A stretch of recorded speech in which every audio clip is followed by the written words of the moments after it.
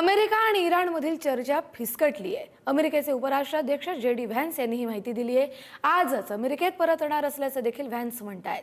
21 तास चर्चा करून देखील कोणताही तोडगा निघालेला नाहीये, अशी माहिती देखील जे.डी. व्हॅन्स यांनी दिली आहे। इराणच्या काही मुद्द्यांवर सहमत नसल्याचंही ते म्हणतायत, तर इराणला आमच्या अटी मान्य नसल्याचं देखील जे.डी. व्हॅन्स यांनी सांगितलंय। Amazing job and really tried to help us and the Iranians bridge the gap and get to a deal. We have been at it now for 21 hours, and we've had a number of substantive discussions with the Iranians. That's the good news. The bad news is that we have not reached an agreement. We've made very clear what our red lines are, what things we're willing to accommodate them on, and what things we're not willing to accommodate them on. And we've made that as clear as we possibly could. And they have chosen not to accept our terms. तर इराणला आमच्या अटी मान्य नाहीयेत आणि आजच अमेरिकेत परतणार असल्याचं जे.डी. व्हॅन्स यांनी म्हटलेलं आहे। इस्लामाबादमध्ये, पाकिस्तानच्या इस्लामाबादमध्ये इराण आणि अमेरिकेमध्ये चर्चा सुरू झाली। 2 दिवसीय चर्चा होती। काल आणि आज असं 2 दिवस या चर्चेचं आयोजन होतं, मात्र 21 तास चर्चा करून देखील काहीच तोडगा निघाला नसल्याचं अमेरिकेचे उपराष्ट्राध्यक्ष जे.डी. व्हॅन्स यांनी सांगितलंय।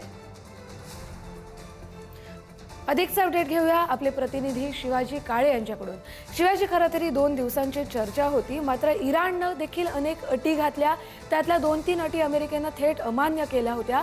याच अटी आहेत का ज्यामुळे ही चर्चा फिसकटली आहे?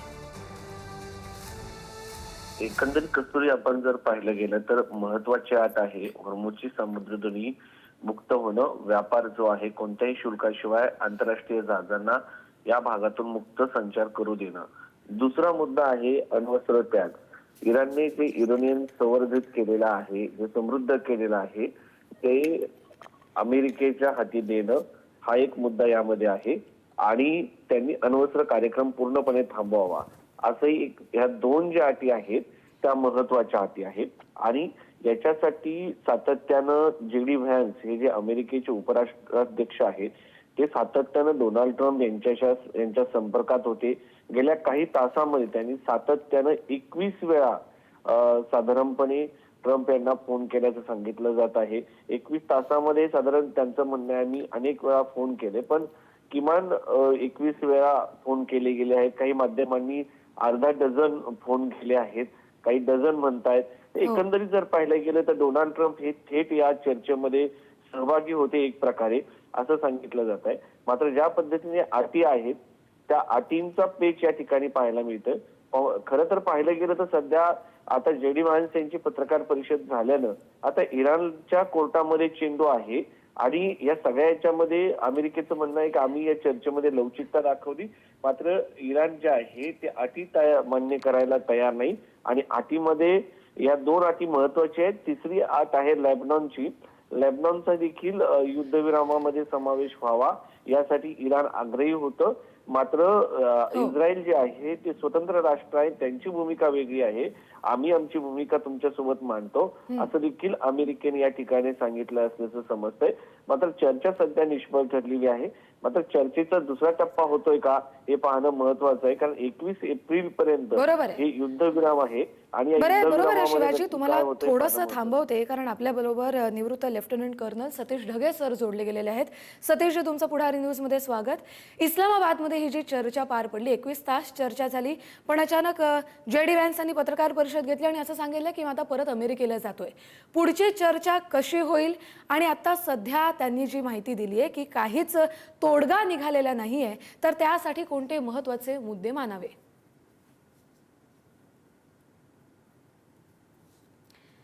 काही तांत्रिक अडचणी उद्भवतात, त्यामुळे त्यांच्याशी संपर्क होत नाहीये। शिवाजी, मी पुन्हा तुमच्याकडे येते। इराणची जी अमेरिकेनं खाती गोठवलेली आहेत त्या खात्यांवरची बंदी उठवावी आणि लेबनॉनवरचे हल्ले थांबवावेत, या इराणच्या प्रमुख अटी होत्या ज्या अमेरिकेनं अमान्य केलेल्या आहेत, कारण इस्रायलकडून लेबनॉनवर हल्ले सुरूच आहेत। ही प्रमुख कारणं ठरली का ही चर्चा फिसकटण्यामागची? खरं तर आर्थिक बाब जी आहे ती अमेरिका मान्य करू शकतं, मात्र यापैकी ज्या महत्वाच्या 3 अटी आहेत ती म्हणजे हॉर्मुझची समुद्रधुनी ओपन करणं, बिनशर्त खुला करणं, त्याच्यासाठी कुठलीही चलन किंवा टॅक्स कर जे आहे ते दिला जाणार नाही, आंतरराष्ट्रीय मार्ग आहे तो खुला केला जावा, हा एक मुद्दा आहे. दुसरा मुद्दा म्हणजे अण्वस्त्र चाचण्या पूर्णपणे थांबवणं. अण्वस्त्रासाठी जे युरेनियम लागतं ते जे समृद्ध केलेलं युरेनियम आहे ते अमेरिकेच्या ताब्यात देणं, हा दुसरा मुद्दा. आणि तिसरा मुद्दा म्हणजे लेबनॉनचा आहे. लेबनॉनमध्ये इस्रायलकडनं सातत्यानं हल्ले केले जात आहेत आणि हे हल्ले थांबवले जावे. आता दुसरी गोष्ट आहे की इस्रायलमध्ये नेत्यानाहू हे स्वतःच अडचणीत आहे. तिथले बरोबर आहे शिवाजी, मी तुम्हाला पुन्हा एकदा थांबवते, माफ करा, पण आपल्या बरोबर पुन्हा एकदा सतीश ढगे सर जोडले गेलेले आहेत. सतीश सर, आपल्या पुढारी न्यूज मध्ये स्वागत. इस्लामाबादमधली ही चर्चा फिसकटली आहे, जेडी व्हॅन्स पुन्हा अमेरिकेला जात आहेत. कोणती प्रमुख कारणं ठरली ही चर्चा फिसकटण्यामागची? इराण आणि अमेरिकेमध्ये कुठे दुमत आहे? मुळातच चर्चा जरी त्या ठिकाणी सुरू झाली असली आणि 21 तासांसाठी ही चर्चा जरी झालेली असली तरी सुरुवातीला जे आहे अमेरिका आणि इराण यांच्यामध्ये जे आहेत प्रचंड प्रमाणामध्ये मतभेद होते. 15 पॉइंट डील आणि इराणचं 10 पॉइंट डील यामधले कमीत कमी 5 मुद्दे होते ज्यामध्ये ऍब्सोल्युटली परस्पर विरोधी भूमिका होती. एका बाजूला इराणनं त्यांचे 4 महत्वाचे मुद्दे त्या ठिकाणी सांगितले होते, ज्यामध्ये मुख्यतः त्यांच्यावरचे जे आर्थिक निर्बंध आहेत ते सैल करण्याचा अत्यंत एक महत्वाचा मुद्दा त्या ठिकाणी होता. आणि लेबनन त्याचबरोबर आखाता मधल्या एकूणच ज्याला आपण रिजनल डिएस्केलेशन आपण त्या ठिकाणी म्हणू, म्हणजे लेबननवरचे हल्ले इस्रायलनं कमी करावेत आणि बाकीच्या सुद्धा इराण समर्थित संघटना ज्या आहेत त्या सुद्धा या शस्त्रसंधीच्या दायऱ्यामध्ये याव्यात, असा सुद्धा एक प्रकारचा स्टान्स इराणनं त्या ठिकाणी घेतला होता. तर दुसऱ्या बाजूला सर्वात एक महत्वाचा मुद्दा म्हणजे होर्मुझची सामुद्रधुनी आणि दुसरा महत्वाचा मुद्दा म्हणजे एनरिच्ड युरेनियम.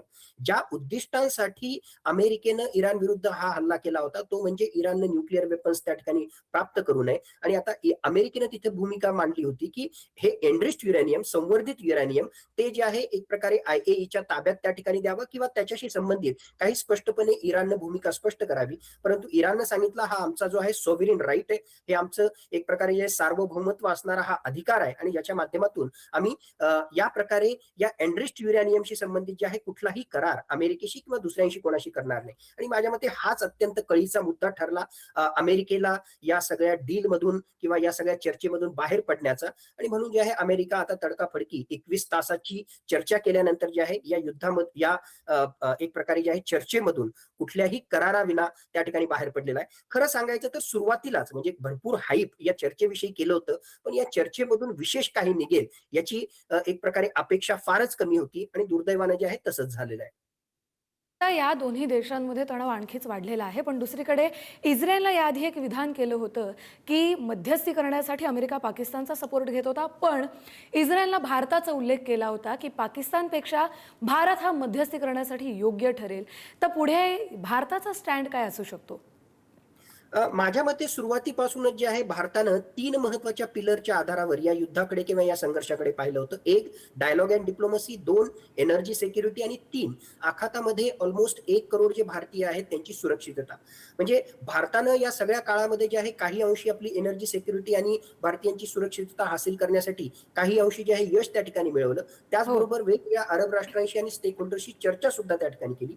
पण यापेक्षा एक प्रकारे जे आहे ऍक्टिव्हली भूमिका घेणं जे आवश्यक होतं, एक इमर्जिंग सुपर पॉवर म्हणून जर आपल्याला स्वतःला एस्टॅब्लिश करायचं असेल तर अशा महत्वाच्या प्रश्नामध्ये काहीतरी निर्णायक भूमिका घेणं आवश्यक होतं. ते कुठेतरी जे आहे भारतानं दाखवलं नाही आणि सुरुवातीपासून मी तशा प्रकारची भूमिका मांडतोय.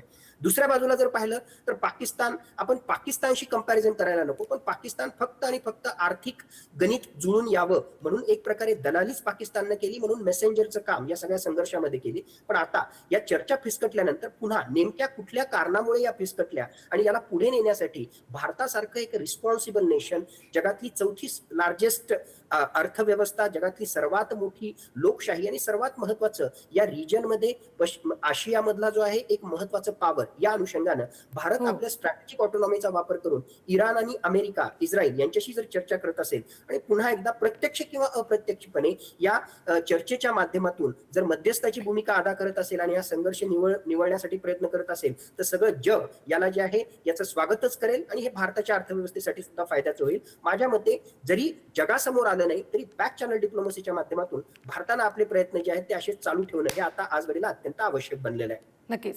सतीश सर, धन्यवाद तुम्ही केलेल्या या विश्लेषणासाठी. त्यामुळे